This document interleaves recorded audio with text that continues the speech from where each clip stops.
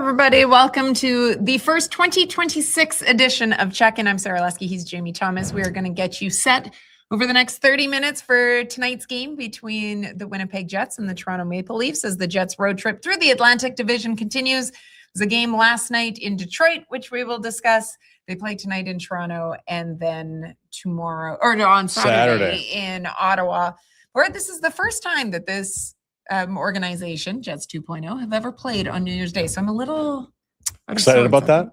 Well, I don't know if I'd say excited. I was just a little bit more out of sorts. How was your New Year's Eve? It went a lot better than I thought. Excellent. Made it past midnight. There you go. Watched a movie. So did I. Yeah, didn't get wild and crazy. You guys can tell us how your New Year's Eve went if you want. It's up to you. If you remember, that'd be even more interesting if you don't. If you think about it. But how do you think it went? Yeah. If it's the people around you. That's right. You got a lot of text messages today from people you didn't know you talked to. That's fine. That's always nice. What did happen last night was the Winnipeg Jets played in Detroit. 40 minutes was fantastic. Yeah. Just same thing. Well, the problem was that the first 20 minutes was not. No. For it. So well, the first 5 was good. And of course, another former Jet scores the game-winning goal. Of course. Look, the Jets are hoping that 2026 starts obviously better than 2025 ended. Jonas Siegel from The Athletic, who has covered the Leafs for years, is going to join us at 12:45. So looking forward to that. The Leafs have had their struggles this season as well. Before we get to going back to last night's game, a quick update for everybody. There is no morning skate, obviously, with this being the second game of back-to-backs.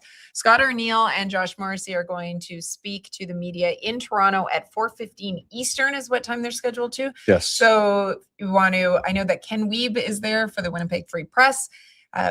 And Mitchell Clinton, I'm sure, will be down there as well. So if you're wanting to find out if there's anything new, I don't know what it would be. I mean, the chance that Scott O'Neill is going to tell us if there's any changes to the lineup, not high. I think he'll just tell us to. That's right. I think it'll be 0. Wait and see. I think will he tell us what Eric Comrie I think we expect Eric Comrie to make the start with this being the second game and with how many games Connor Hellebuck has played recently, but we'll have to wait likely until warm-up to see that. But okay, so there we've set the scene for a little bit of today, and we'll obviously talk more about this upcoming game and set it up with Jonas. But mentioned, I mean, first 5 minutes went well, then not. It ended up in a 2-1 loss to the Wings. Yeah, it was 2-0 after the first period, but then, again, the 6 straight periods minus the overtime loss to Minnesota, and then you come out a little flat against the Red Wings. You're down 2-0.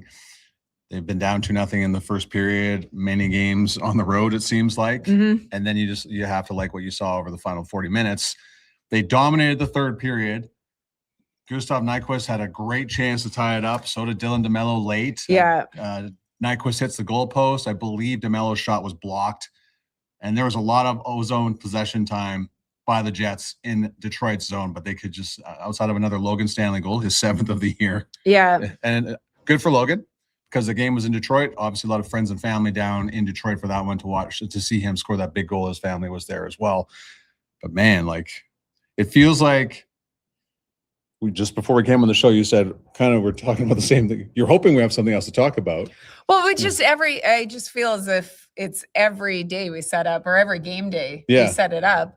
And when we talk about the game previous, what happened? Well, it's the same thing. It's not that they're finding new ways to struggle and lose. It's the same storyline. Yeah. Every time. So it's how do you put a different spin on it? Well, we've kind of run out of Logan Stanley and Nyquist had great games. You're right. Yes. So you have to hope when you're looking at it that when you think of the way that Nyquist has played recently, that it has to go. I mean, Jonathan Toews looks better. One person, absolutely. Yes. One person cannot have as much bad luck as what Nyquist has had recently. It's actually zero ridiculous. Puck luck.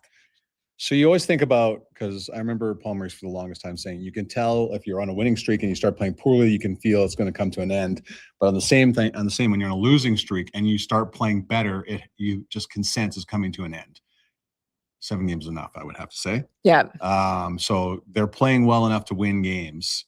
So that's a good sign, but it's just about offense. So before we kind of get into it, here's Scott O'Neill and Josh Morrissey about the effort last night. Yeah, that's getting to be an old story, though. You know what? It's based on, this league is based on winning games and getting points. And, it's such a fine state right here where we make a mistake like we did in the first period, and it's in the back of our net, and then we're chasing games again.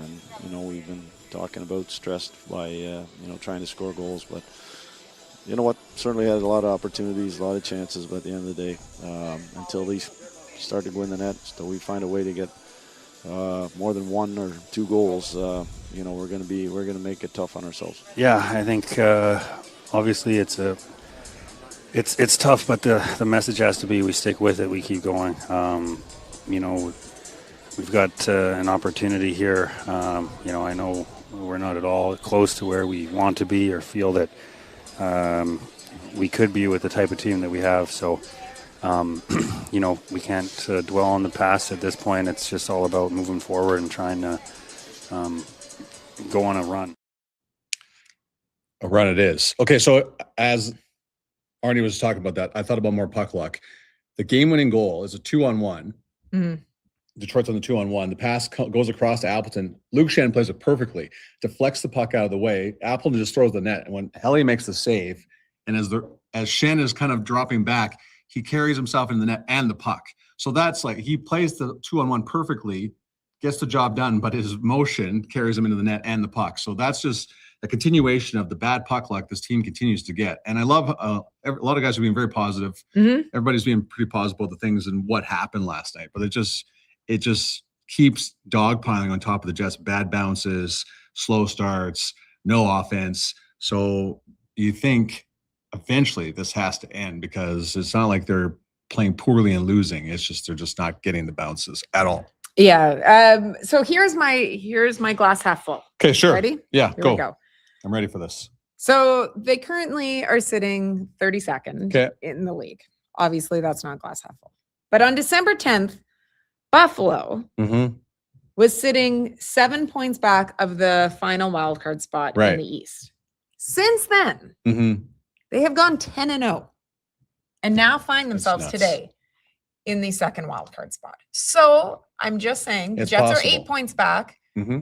So, I mean, they need a Herculean run, maybe 10-0 to start now. Would love that. But no better way to start than, as someone pointed out, that they were hoping that they turned over a new leaf. Well done. Today. So well done. I saw leaf raking as well. Yeah. So no better time for it to start than today. So all hope is not lost. I mean, the Buffalo Sabres, who obviously have had their epic struggles for, it seems like forever. And we kept talking about how bad we feel about for them. For their fans. Yeah. And so 10-0. So maybe 2026, the Jets will be able to turn it around, but they definitely need to do it with win tonight because you can only rely. I mean, you see the fatigue on the faces and hear it in the tones of Scott Arniel, Josh Morrissey, when they're just going, I mean, come on, at some point. Right. You have to it's a results driven business. You have to find a way to get that goal. All right. But positives. Yes. Another positive yesterday, Josh Morrissey, as we discussed on it, named to the Canadian Olympic team. And you had the opportunity to speak to him this morning. Yeah, right after breakfast at the hotel, Josh joined me. What a great start to 2026 for Josh, huh? Yeah. Just a little breakfast, a little time with JT. Who doesn't want that ever? Especially a nice breakfast at a hotel. Here's Josh and I earlier this morning. Pleased to welcome Josh Morrissey to the show. Josh, congratulations. One day in, how does it feel to be an Olympian? Yeah, it's pretty incredible for sure. I mean, obviously something that kind of dream about from the time you're a kid, just watching Olympics on TV. I remember 02, obviously 06, 10, 14, specifically 10, the golden goal, but it was kind of that age where, just I think just in high school and watching every moment. So, yeah, I mean, it's just beyond the hockey as well. I mean, to be part of the Olympic Games with all the athletes and be a part of Team Canada as a whole, it's special. It probably hasn't really sunk in yet, and just to have the chance to play with best Canadian players, it's a real honor. Well, you just talked about the golden goal. You've already played with Sidney Crosby at Four Nations. You get to do it again, the Olympics. During that tournament in last February, that's what a lot of guys were talking about was the opportunity to play with Sid. What was that like for you? Yeah, he you know, he's an incredible leader, obviously. For a lot of us, it was the first time playing with him, and just, you know, the aura around Sidney Crosby. I mean, a lot of us grew up idolizing him, and but yeah, I think I was blown away at just, you know, the person that he is. I hadn't really spent much time with him. Such an incredible leader, and you know, obviously it's a big environment, but I think he just does such a great job of. You know, he's so calm. Obviously, he's been in every situation multiple times, Olympics and Stanley Cup. So, you know, just the calm element that he brought. No situation seemed, you know, to rattle him whatsoever. And I think that really radiated through the group. And as well, I think he did a great job of, you know, encouraging guys just to play their game. You know, you go to an event like that with, you know, a lot of the best players in the world, you know, maybe the tendency is to defer. And I think he just did a great job of kind of encouraging guys to, you know, play their game. You're there for a reason. And yeah, it's pretty special. So I'm excited to play with him again. Brad, there's behind the scenes footage of Brad Marchand doing the starting lineup before the game against the Americans, the first one, and he introduces you. It's his best hair in the league. What's it like to have a guy keep things as light as Brad Marchand does in such massive games? Yeah, I mean, another incredible leader, obviously, a guy that's been a captain, you know, won multiple Stanley Cups. You know, I think just the combination of obviously, you know, his compete level, but his feel for the game, whether that's before the game, on the bench, being vocal, keeping the guys light, but focused. I mean, it's not a surprise why he's been such a great player for a long time and been, you know, like I said, a captain and leader on, you know, every team he's been on internationally and in the NHL. So definitely just a great teammate, and, you know, brings an element that I think, you know, makes you feel as though you have an edge with Marshy there for sure. Along with yourself, there's 7 other defensemen, the exact same group that went to the Four Nations face-off. What do you like about the 8 defensemen that are, along with yourself, that are going to Italy? Yeah, I think, you know, obviously there's so many great players, Canadian players in the league, but, you know, I think specifically the 8 guys, thought we had really good chemistry. I thought there's a good mix of, you know, obviously puck movement, skill, everybody can defend, you know, and I think just a lot of the pairs kind of seem to work out pretty well. So, you know, I'm excited to run it back with those guys. And like I said, they're a great group of guys and great players. So it'll be a lot of fun. You are going to the Olympics after all. Have you had the time to think about what other events that you, if you have time, will go and watch? You know, not a whole lot, I guess. If you look at this games like we had at the orientation camp this summer, kind of an explanation on how the games will work and roll out, and it's a little bit different this go round. It's quite a bit spread out from what I remember in the summer. So I think in Milan there'll be I think it's speed skating, figure skating, and then obviously men's and women's hockey, and then I think maybe curling as well. So obviously whichever sports are in Milan and we're able to go to, it'd be fun to check out some other sports when we have the time. But I think we'll learn a lot more about all that in the coming weeks. Josh, appreciate your time. Congratulations again, and good luck today against Toronto. Thanks, Jamie. All right. That was good, eh? Mm-hmm. Yeah. I'm curious what events they would go to. Yeah.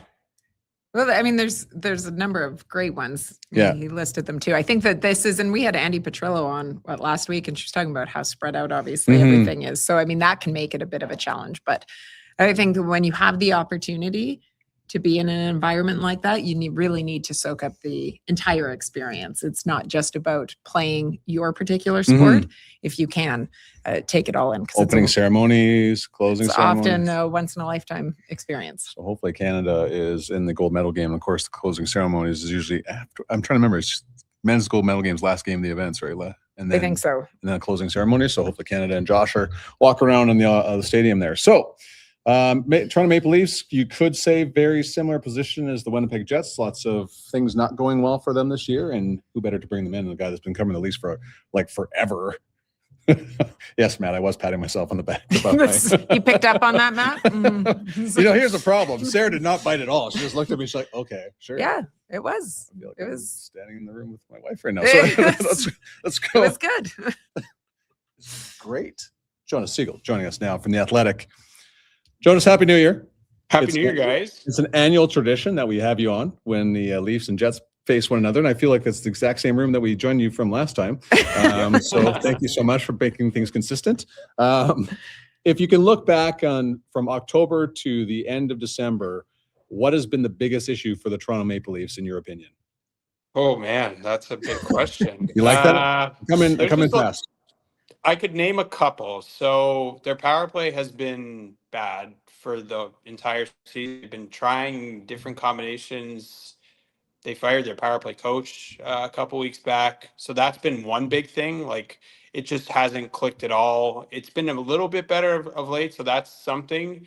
And then they just don't control the puck enough. They don't spend enough time in the offensive zone. That's been a problem all year. They were really struggling defensively in the early going. That's been a little better here of late. But I would just circle those two things. They don't control the puck enough, and their power play has not been good. Are you surprised at the numbers that we've seen from Auston Matthews so far this season? Yes. I mean, he didn't have a great year last year, and Right. there was an understanding that he played hurt the entire season. So like it was like, okay, this makes sense. He scores 30-ish goals. He's not physically himself. But this year, he just hasn't looked the same. And physically, he doesn't look the same as he did when he was scoring 60-plus goals multiple times. Mhm. And there are lots of reasons for that. Like, he doesn't have Mitch Marner. That makes a difference. Their power play, I mentioned, has been bad. So he doesn't get power play points. And, like, he's part of the struggles on the power play. But it's just been a struggle the entire year for him. He's on pace for 60-ish, 70 points.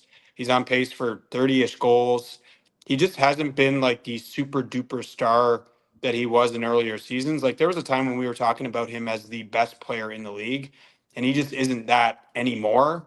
Whether he'll get back there is one of like the big outstanding questions of the season for the Leafs. Jonas, I remember in the offseason, like the players were just getting so tired of answering about Mitch Marner not being a Leaf anymore, and they didn't want to talk about it at all. How big of a gap or how big of a hole has his departure left in the Leafs? Gigantic. And like it's funny you mentioned that because like I think there was like this feeling in the fan base that you weren't supposed to talk about it. It was like like Voldemort. Like you don't say his name, you don't mention him. But how could it not make a big difference? Like he's one of the best players in the league. He's one of the best two-way players in the league. So like not only do you lose someone who drives so much of your offense, including on the power play, including for Matthews, but you lose like a Selke trophy level defender. And so like their issues defensively have been magnified because they just don't have that guy at the top of their lineup. And like they have tried so many different players in his old spot next to Matthews. Like I think like a handful of the players that they've tried on that top line have been scratched at one point or another this year. Like that's how big of a gap it's been from Marner to, Max Domi, Nick Robertson, Bobby McMahon. Like you can't really get a bigger gap than that. Like one of the 10, 12, 20th best players in the league to third liners. So like it's been huge. And obviously it had been a long time. There had been a lot of issues with Marner in the playoffs and for this team in the playoffs. Like it made sense for him to want to go elsewhere, even though they wanted to keep him. But his absence has just played a huge part in their struggles this year. So I guess 3 reasons: their power play, they're not controlling the puck, and they don't have Mitch Marner anymore. Obviously, the drop off in the Leafs are sitting outside of the playoff picture at the moment. Hasn't been as significant in terms of points as what we've seen from what the Jets have struggled with this year. But there is a lot of concern. There's a lot of frustration here within this Winnipeg market at what we've seen on the ice and the lack of success and points that the Jets have been able to have. What is it like in Toronto? Because Leafs fans, as we know, can hit the panic button. They're a very rational group. That's that right. I've heard. Pretty soon. Yeah. Guys, it's been weird. Like I think there's like a real apathy setting in a little bit with this team for varying reasons. Like we wrote about it at The Athletic not that long ago that they aren't selling out games anymore. It's like you look in the crowd and there's lots of empty seats. And I think like part of it is like it had been like almost a decade with the same core of the team, not getting it done in the playoffs. And it's just like it kind of feels like the fan base is a little beaten down. Marner leaves, they don't replace him, and now the team is off to this poor first half where they're not in the playoffs. Regular season had been like the one thing you could count on with this team is like they would be awesome in the regular season. That hasn't been the case. So it's really like it's not a great vibe. Like it's expected when you struggle to the degree that they have so far this year, and then it's compounded by all the playoff stuff that they went through in the previous 9 years. I think too, like the Leafs division, the Atlantic, it's a juggernaut as well, especially when the Leafs were getting in the playoffs. It's, you know, it's not Florida, it's Toronto, it's Boston. Like this year now, Detroit's starting to make a move. Like who has surprised you in the Atlantic right now, Jonas? I mean, if you told me that Buffalo would win 10 straight, I would have. We were just talking about that. It's insane. It was what I said is it's my glimmer of hope. We try to find something to work Jets with. fans. See, that guy does it, so why can't the Jets do it? That's what we do. But like Buffalo. Yeah, like and like the thing is like not that long ago it was like, oh man, it's another season like the others in Buffalo. They fire their GM. It's like and you look at the team and you look at the players like one by one, you're like, that guy is pretty interesting. That guy's pretty good. That guy's young. He's interesting. And it's like it's just the same thing. So the fact that they've won 10 in a row is just like mind-boggling to me. Detroit's been better than I thought they would be. And honestly, like Florida is kind of just hung around, and that like doesn't really surprise me. Just because of the structure that they have there, but like they don't have their best player in Barkov the entire year. Kachuk hasn't played, and yet they're still kind of there. And they're like the team that you look at, like if they can get into the playoffs, it's like nobody is going to want to play that team. Mm-hmm. So like the division isn't what it was. Like Boston got off to a pretty good start. They've struggled. The Leafs have obviously struggled. Ottawa has struggled. Like it doesn't feel the same. Like Tampa is still great. But it doesn't have the same aura, I think, as it used to, the Atlantic. John Tavares is tied for the team lead in goals now. And over the most recent seasons, there had been a lot of focus on him. And obviously with the big ticket that he had signed previously and coming home and, you know, when he was captain, it just all the challenges that went along with it. And I think he took a lot of heat. He re-signs with the team. He's at a lower AAV than what he was previously. Has that helped the sentiment around him? What have you thought of the season that he has had so far? Oh man, it has done the biggest like in terms of like his perception in the market. Yeah, it was like a home run because like one of the things that you still hear in Toronto is what happened with the contracts and like nobody took less and like it's still like a thing. Like it's crazy all these years later, and I get it. Like they didn't win and all that other stuff. But so he takes the lesson this summer to stay, to be a Leaf. Like he's from here, obviously. He got off to an unbelievable start where it was like, is this the best season of his career? Like he's 35. He's cooled off the last like month as you would expect he would. But you can't really ask for more than they're getting from a 35-year-old. I think this is his 17th season. He's on pace for 30 goals. He brings effort every night. He still can score, obviously. So he's been excellent. And that contract, I mean, it's 4 years, but it's hard to see how that contract isn't a huge win for them in the end. Well, hopefully, either side is a good cure for one another. I think they're off to a good start. Play a great hockey game today. But Jonas, it's always great to have you on the show. Happy New Year, my friend. You have something else? Just one. What is one thing that I know the look that she gives me? She knows that's right. Just one thing. Just one more thing. One more thing with Jonas. Yeah, let's go. All right, Jonas, give us one thing that you are watching for with this Leafs team tonight going up against the Jets. I'm going to be watching Matthews. I mentioned like his struggles this year. He had been looking more Matthews-ish in the last little bit. Then he got hurt. He blocked a shot on his foot in Detroit on Sunday. Didn't play the next game, but it looked like he was kind of starting to groove a little bit. So I'm going to be watching to see if that continues and he maybe heats up at some point. Hey. Got it. 20 years later, I'll still do that. Come on, Jonas. Let's do it on here. There we go. All right. Okay, this time for sure. Great to have you on the show.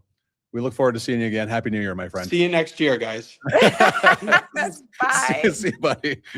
So Jonas and I, when I covered the Leafs for a number That's like of my years, favorite. That's the secret handshake. the that you secret guys- handshake that yeah. Jonas and I have had for about 20 years. And for whatever reason, we started talking about one day, it was about Fresh Prince of Bel-Air. Mhm. Anyways, we would do that back. So, you know. He's one of my favorites when we go to Toronto. And it's always nice to see him and nice to have him on And the he show. does such a great job. You can follow him He's along at the Athletic. Such a good writer. Yeah, he is. And Yeah. always finds different ways to go.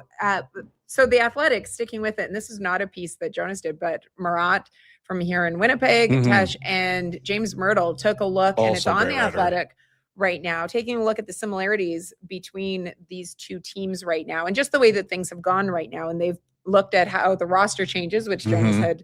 had spoken about, how that's impacted them. Injuries, certainly. There have been a ton of injuries for the Leafs this year. Matthews is going to be back in the lineup tonight, but William Nylander not in the lineup. Chris Tanev is out for a significant period of time. Dakota Johnson, Anthony Stolarz, Brandon Carlos. So they're dealing with a lot of injuries right now with it. They've had players take a step back, Mhm. departure of a key player. So it's really, I don't think that anyone would have predicted so few Canadian teams would be in a playoff position at this point in time, Yeah. especially when you look at Toronto and Winnipeg. But it's, when you look at it, some of the similarities that exist between what's happened with their season so far that have had both of them off track. Listen, am I delusional on this one? But I do recall a lot of people saying they got to break up the core group in Toronto. Did they not, after they knocked out in the playoffs? Yes. They had, and then the key focus was on Mitch Marner. Well, it was always that it was because it was Austin Matthews, Mitch Marner, Mhm. William Nylander, That didn't John perform. Tavares, and it was your key, and Morgan Riley. Yeah. And that was, your key group that was in there. And so, yeah, it was just the core group need to be dismantled. And anyways, it just hasn't, it But- obviously hasn't worked out well for them I so mean, far. you can't ask to have a guy that puts up 100 points.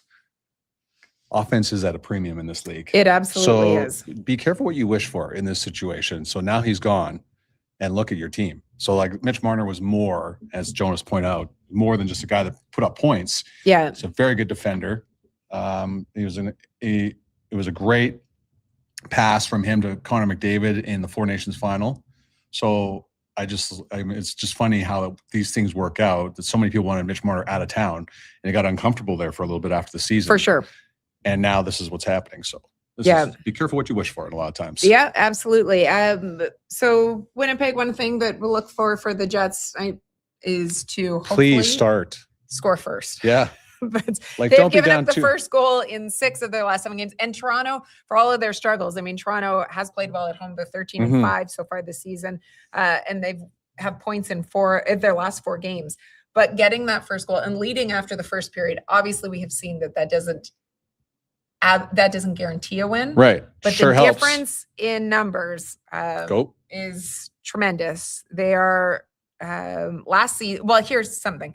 Last season, they were 12-16 when trailing after 1. So we're still able to find their way back. This year, they're 1-11-1. So getting that first goal key, 1 goal games this team needs to, hopefully in 2026 and for the back half of the season, since we are almost at the halfway mark, Mhm. they will be able. That's an area that they had success with last year. Yeah. They were able to get those extra points. They were able to win those close games, and we just haven't seen it so far this season. So hopefully no better time than today to start and to turn things around. I feel very good about that. One of the things that I Some saw, fresh start for everybody. I saw people, it's how busy do you think? Well, I don't know if gyms are open today. It's like the classic. Yeah. January 1st. Gyms are always packed. It's a fresh start for everybody. I think by January 9th, 15th, I think January Ah. 9th, most New Year's resolutions are done. and then you look and go, there's always 2027. I tried. Thank you. There's a lot of nice comments coming in here. I actually said I was going to eat less apple fritters than what I bought. Was that 2026? That's for this year? Yes. You didn't So I even busted make it it. a morning. It was like, I got here at 11:30, so I lasted 11 I hours. feel as if you need to start, Is there like therapy for apple fritters? but I don't know if I've ever seen anyone that loves apple fritters. I mean, they're delicious. I love pastries. I like pie. I love cookies. So maybe in the future, you need to start the resolutions a little bit more manageable. Yeah. Like make it real. And work up. Yeah. And work up to it. Complain less. Just quickly, I did see some people mention in there, happy birthday to Cole Perfetti. Yes. It would be great to see him get off his goalless drought that is currently at 14 games. It is his birthday today. What did I say? He's 24 years old. He's never had a goal against the Leafs before. It's time for the babyface assassin to come through today. Ooh. Hey, I tell the kids all the time, there's the babyface assassin.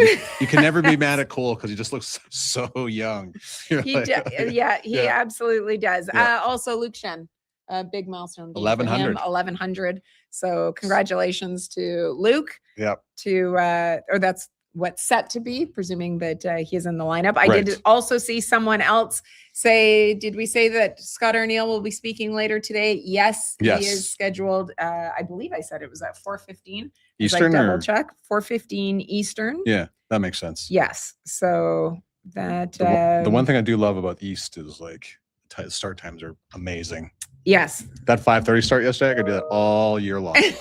All year long. To be done post game at 8:30. 100%. So anyways, hope that maybe we see a Fets goal would be huge for it. But we'd also take Nemestikov. I think Nyquist be fantastic. Taves, How about all of them Nino. in a 6-1 win There you over go. the Leafs? Austin Matthews can have the one goal, and then everybody else we just talked about can score. Happy New Year, everybody. Thanks. We've solved all the problems. Just stick with us. Yeah. I mean, we'll just imagine what we can get accomplished by This is what the king January and 3rd. King and Queen of Winnipeg can take care of in 30 minutes. Thanks so much. It's great to see so many of you in the chat. We appreciate you spending a little bit of your New Year's Day with us. Hope you enjoyed the game tonight. Hope that the Winnipeg Jets are able to start off 2026 with a win.